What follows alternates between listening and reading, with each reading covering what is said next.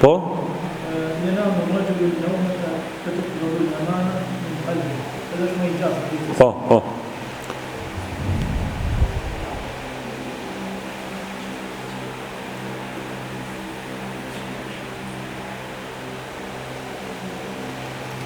Njeriu thot i flen, thot edhe i largohet amaneti apo besnikëria nga shpirti.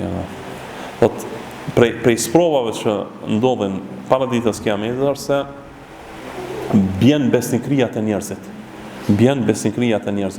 Edhe njerëzit nuk janë më besnik, edhe nuk e mbajnë besën çush e kanë mbajtur më herë.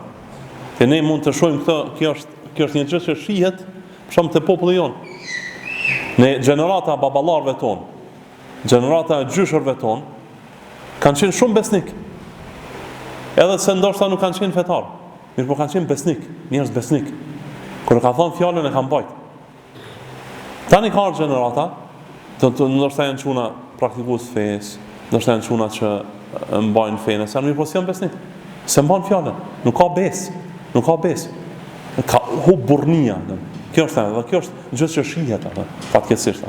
E ne duhet të kthejmë të mundon ta përmirësojmë veten tonë dhe t'i kthejmë edhe bazat e burrërisë që të mbajmë fjalën dhe të jemi burra. Muslimtari duhet të jetë burr. Allahu ka përmend, ka thonë minal mu'minina rijal. Ka thonë prej besimtarëve ka burra. Atë të jemi burra, që të mbajmë fjalën, të jemi të qëndrueshëm në fenë e Allahut subhanahu wa taala. E tregojnë në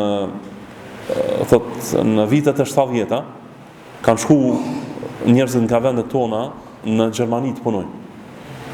Edhe kur kanë shku atëherë në Gjermani me punu në ato vite, thonë se gjermanët kur i kanë pa muslimanët, i kanë thonë Muhammedan, muslimanëve, ju kanë besuar çdo gjë.